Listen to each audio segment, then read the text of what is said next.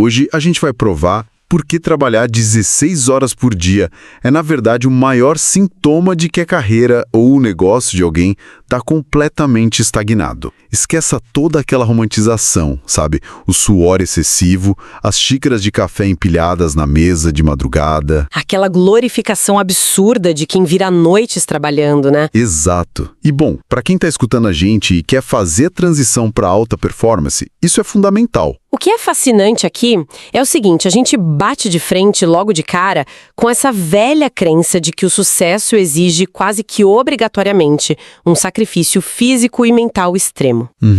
É impressionante como a nossa sociedade ainda nutre muito forte essa ideia, sabe? A ideia de que é preciso literalmente sangrar no processo para que o resultado tenha algum mérito. Certo. Vamos desempacotar isso.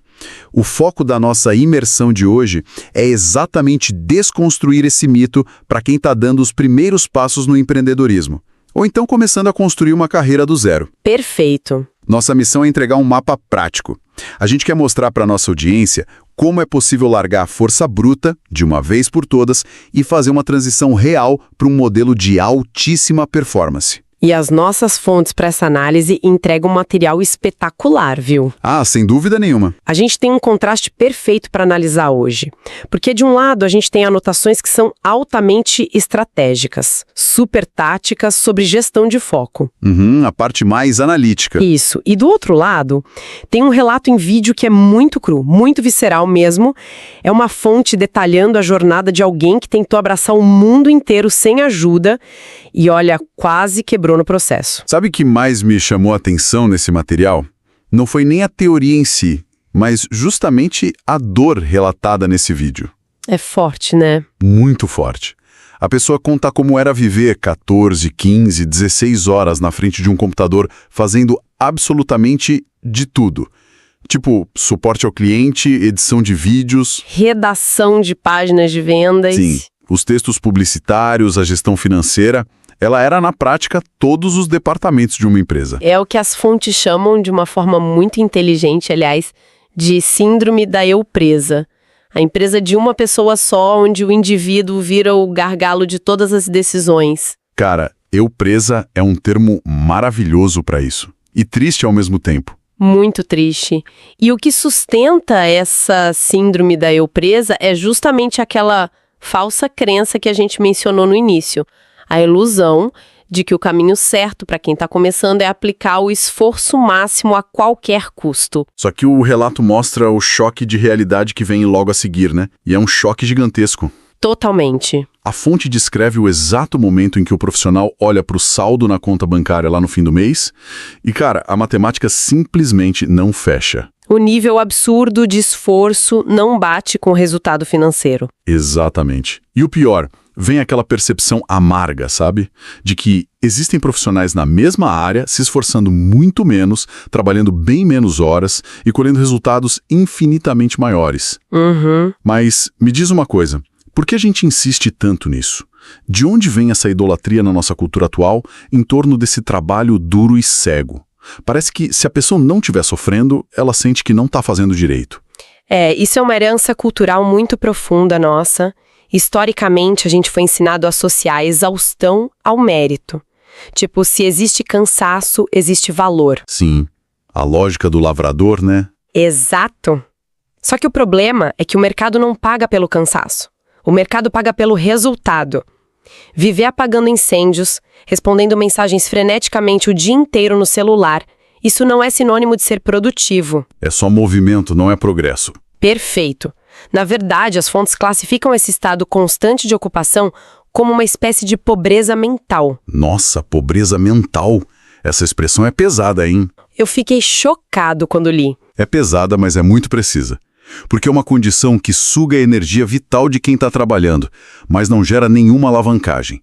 A pessoa gasta tudo o que tem para se manter exatamente no mesmo maldito lugar. Caramba! E isso nos leva a uma das metáforas visuais mais poderosas do material, que foi tirada de um livro chamado Você ao Quadrado. É a famosa história da mosca na janela. Essa imagem é um soco no estômago. Para quem nos ouve e não conhece a metáfora, descreve uma pequena mosca que está presa dentro de uma sala. Ela vê a luz do sol através do vidro da janela e quer sair. Então, Qual a estratégia dela? Ela começa a bater a cabeça freneticamente contra o vidro. Batendo repetidas vezes, queimando as últimas reservas de energia vital dela ali, e o som que ela faz é aquele zumbido desesperado de quem tá tentando ao máximo. Zzz, batendo sem parar. Exato. A única estratégia da mosca é se esforçar mais, trabalhar mais duro. Bater com mais força numa barreira que, daquela forma, é invisível e intransponível. E a tragédia, a grande ironia que o livro aponta, é que a meros 10 passos de distância daquela janela existe uma porta completamente aberta. É de enlouquecer, né? Sim, com uma fração daquele esforço colossal que a mosca usou para bater no vidro, ela estaria livre. Mas, poxa, se bater no vidro não funciona, qual é a alternativa? Como achar a porta, né? Isso, como alguém que está completamente cego pelo cansaço acha essa porta aberta na prática? As nossas fontes apontam para uma mudança radical na matemática do tempo. Exatamente. O material analisa o contraste brutal entre duas mentalidades. De um lado, você tem profissionais que estão na média, agindo como se tivessem 500 anos de vida pela frente. E deixando a vida levar. Isso, os dias simplesmente acontecem. Não há uma intenção clara sobre onde a energia está sendo depositada. Do outro lado, o topo 1% das pessoas altamente bem-sucedidas tem um controle quase maníaco sobre como o próprio tempo é gasto. Eles não jogam aquele jogo de adicionar mais tarefas na agenda para parecerem produtivos, né? De forma alguma. O jogo da alta performance é sobre precisão cirúrgica. E para ilustrar isso muito bem, as fontes resgatam o princípio de Pareto, que é a famosa regra do 80-20. A clássica. Sim. A premissa básica de que 20% dos esforços geram 80% dos resultados. Só que as anotações vão um passo além. Eles aplicam uma matemática implacável sobre esse mesmo conceito. Aqui é onde a coisa fica realmente interessante. Porque, olha só, se pegarmos os 20% dos esforços que já dão resultado e aplicarmos a regra de Pareto neles mesmos, a gente chega numa proporção assustadora. É bizarro. 20% de 20% resulta em meros 4% das ações. E 80% de 80% equivale a 64% dos resultados. É muita coisa. Ou seja, em outras palavras, apenas 4% de tudo que um profissional faz no dia a dia é responsável por absurdos 64% de todo o retorno gerado. 4%. É um dado que muda completamente a perspectiva de qualquer um. A conclusão lógica é que todo o resto, os 96% das coisas que preenchem a agenda da pessoa, é, em grande parte, puro desperdício. É ruído. É a mosca batendo no vidro. Mas, Avelei, deixa eu fazer o papel do cético aqui. Vai lá. Na teoria, essa matemática é elegante. Buscar esses 4% mágicos parece lindo num livro de negócios. Mas vamos pensar na prática. Imagina um freelancer que cria sites, por exemplo, e está sobrecarregado, começando do zero, soterrado de clientes furiosos. Cenário comum. Como essa pessoa consegue enxergar o que são esses 4% no meio do caos, quando tudo parece urgente e para ontem? Se conectarmos isso a um panorama maior, a gente precisa entender que a clareza nunca vem do caos. Ela exige um momento de pausa diagnóstica. Pausa diagnóstica. Legal. Para usar o seu exemplo do freelancer, os 96%, que é o ruído, é passar 5 horas ajustando a fonte e o tom de azul de um botão no site que ninguém vai notar. E a pessoa jura que está trabalhando duro. Exato. Já os 4% de alto impacto seria usar 10 minutos para mandar 3 e-mails bem elaborados para clientes antigos oferecendo um novo serviço. O que, convenhamos, pode fechar um contrato na mesma hora. É uma diferença brutal de alavancagem mesmo. Sim, mas para enxergar isso, as fontes não deixam apenas a teoria voando no ar. Elas propõem um exercício prático, quase tático, chamado de auditoria do tempo, que é a ferramenta exata para quem não consegue ver a porta aberta. Eu confesso que achei esse exercício genial, mas também bastante intimidador. É um pouco, sim. Porque ele exige que o indivíduo pegue um bloco de notas, seja físico ou no bloco de notas celular, e anote absolutamente tudo o que faz ao longo de um dia inteiro, minuto a minuto. E o detalhe crucial para dar certo é a minúcia da anotação, tipo, acordei, escovei os dentes, olhei mensagens, respondi um cliente, rolei o feed de vídeos curtos por 40 minutos. Tomei uma decisão de design. Tem que colocar até a enrolação no celular, né? Tudo. O objetivo é registrar sem tentar ser artificialmente produtivo só porque está anotando. A rotina deve ser a mais natural possível e, o mais importante, sem nenhum auto-julgamento durante o processo da anotação. O julgamento fica guardado lá para o fim do dia, certo? Porque é aí que entra a avaliação fria. A pessoa olha para aquela lista quilométrica e começa a classificar. O que aproxima do objetivo principal, o que apenas suga energia e o que é lixo total. Exatamente. Sabe, lendo sobre isso no material, a melhor analogia que me veio à mente é a do extrato bancário. Auditar o tempo é exatamente como imprimir o extrato da conta corrente pela primeira vez depois de meses sem ter coragem de olhar. Nossa, uma excelente comparação. O impacto psicológico é muito parecido mesmo. A pessoa pega o extrato achando que o dinheiro sumiu por causa de alguma grande despesa invisível, né? Uma conspiração do universo. Mas quando lê linha por linha, ficou horrorizado ao perceber que são dezenas de gastos minúsculos. O aplicativo de transporte, o cafezinho caro todo dia. Assinaturas de serviços de streaming que nem usa mais. Só que com o tempo, o buraco é bem mais embaixo. Esses gastos minúsculos de atenção não apenas esvaziam as horas, mas funcionam como uma taxa de juros altíssima cobrada em cima do próprio foco da pessoa. É um dreno constante. As fontes mencionam que a reação de quem faz esse exercício pela primeira vez costuma ser de puro nojo ao ver a quantidade de vida que foi desperdiçada. E esse nojo, por mais desagradável que seja, é extremamente útil. Ele serve como o gatilho emocional necessário para iniciar a mudança. Para dar aquele basta. Isso. Mas a análise das fontes vai ainda mais fundo. Ao olhar para os buracos na agenda, a gente entra num campo fascinante, que é a psicologia da distração. Conta mais sobre isso. O material argumenta algo muito contraintuitivo. Perder o foco facilmente, como ficar rolando o feed de uma rede social por 1 hora seguida sem nem perceber, não é apenas um problema crônico de falta de disciplina. É, na verdade, um mecanismo de fuga. Essa foi, para mim, uma das partes mais reveladoras da nossa imersão de hoje. É uma anestesia. Totalmente. As anotações apontam que se alguém busca distrações compulsivamente, seja no celular ou inventando tarefa, é um sinal de alerta gigante de que o tempo está sendo gasto em tarefas chatas, mal pagas ou que não possuem significado nenhum. A distração digital entra como um escape rápido da própria realidade. Isso levanta uma questão importante. O que acontece quando a gente elimina a necessidade desse escape? Boa pergunta. Porque se um profissional constrói uma rotina que é fortemente alinhada com atividades de alta alavancagem, aquelas em que há prazer na execução e retornos expressivos, a urgência por essa anestesia simplesmente desaparece.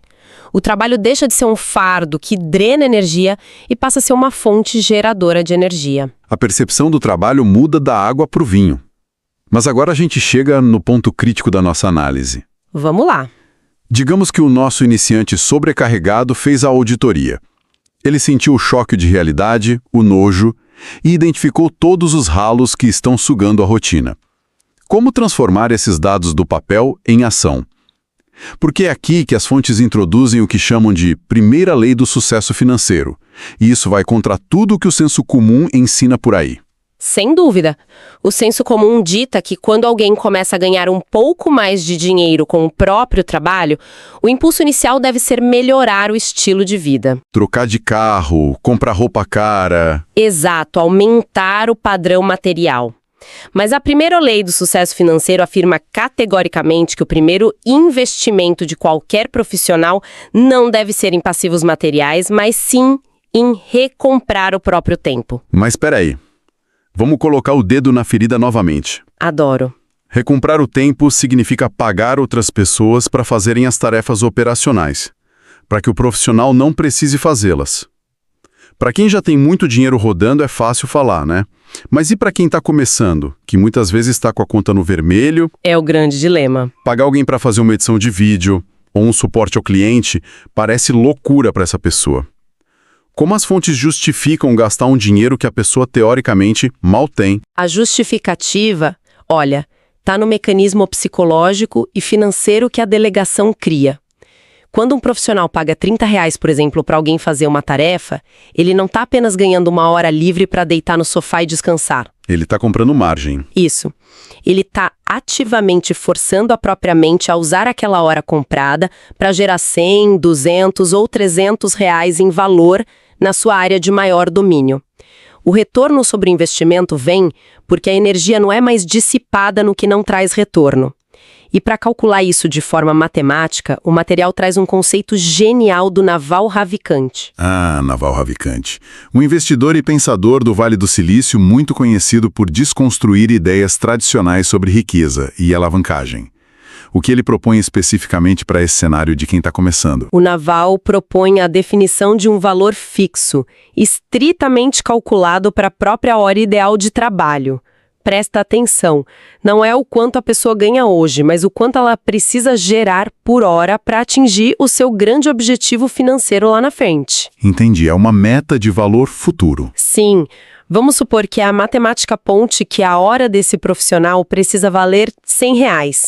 A partir desse momento, aquela auditoria do tempo passa por um filtro impiedoso. A regra fica muito clara. Se eu posso pagar R$ 30 por hora para que um especialista faça uma atividade paralela, tipo editar um vídeo, e a minha hora foi estipulada em R$ 100, eu estou literalmente destruindo dinheiro e energia ao insistir em fazer aquilo eu mesmo. Tá rasgando dinheiro. Se a tarefa custa menos para ser delegada do que o valor da hora ideal que eu estipulei, ela deve ser repassada, e imediatamente. A matemática protege o profissional do próprio ego, sabe? Aquele ego de querer controlar tudo. E se uma atividade não atende esse critério de delegação e também não aproxima o profissional de nenhum objetivo estratégico, entra a segunda habilidade vital que é mencionada nas fontes. Que é a arte da eliminação. Exatamente. A capacidade de dizer um não definitivo e seguir em frente. E dizer não dói, né? Principalmente no começo, quando as pessoas querem abraçar o mundo. É recusar o convite irrelevante para um café, é cortar aquele projeto paralelo que não dá lucro, é não ceder à distração do celular. Dói muito, mas é necessário. Mas tudo isso tem um propósito maior, não tem? O de proteger o que as fontes chamam de zona de genialidade. A zona de genialidade é o destino final de toda essa transição. É a intersecção perfeita. O espaço de atuação onde o profissional é genuinamente bom no que faz, possui prazer real na execução e onde o mercado reconhece e recompensa fortemente esse valor. É lá, nessa zona, que habitam aqueles mágicos 4% de alto impacto. Mas, vem cá. Como alguém que está dando os primeiros passos e, sejamos honestos, talvez ainda seja ruim em quase tudo, consegue identificar essa tal zona de genialidade? Não parece algo meio distante? É um processo de eliminação. O iniciante descobre a sua genialidade testando, falhando muito e, principalmente, prestando atenção ao que não drena a energia dele. O que flui natural. Exato. A zona de genialidade costuma ser aquele tipo de trabalho que parece brincadeira para quem executa, mas que parece mágica para quem observa de fora. Pessoas altamente bem-sucedidas têm consciência disso e constroem barreiras de aço em volta dessa zona. Não deixam ninguém interromper. Então, o que tudo isso significa? Significa que blindar a rotina exige abrir mão daquela imagem de equilíbrio perfeito que a sociedade adora vender às redes sociais. Aquela vida perfeitamente balanceada que não existe. Pois é. Muitas vezes, focar de forma extrema na zona de genialidade faz com que outras áreas da vida fiquem temporariamente no automático ou sob a responsabilidade de terceiros. E a grande lição aqui para quem nos ouve é que delegar não é um luxo exclusivo para quando o negócio for gigante. Delegar é o próprio mecanismo que permite ao negócio ficar gigante. Perfeito. O ego sempre vai sussurrar no ouvido da pessoa: ah, ninguém vai fazer tão bem quanto eu. Ou então, dá mais trabalho ensinar o outro do que eu mesmo sentar e resolver isso em 5 minutos. A pior mentira que a gente conta pra gente mesmo. Sim. Mas ceder a essa voz é garantir que o crescimento nunca aconteça.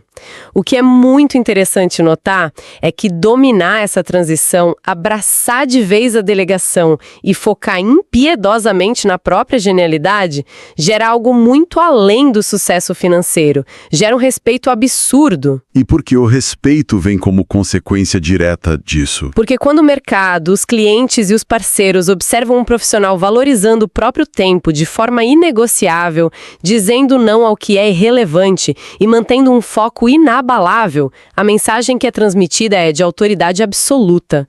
O mundo invariavelmente tende a abrir espaço para quem demonstra saber exatamente onde está colocando a própria energia. Fazendo um apanhado geral da nossa imersão de hoje, fica muito nítido que o caminho para sair da base e atingir a alta performance exige abandonar ferramentas velhas. Com certeza. Exige parar de ser a mosca que bate a cabeça no vidro, apostando na força bruta e no sacrifício constante, e começar a procurar a matemática da porta aberta.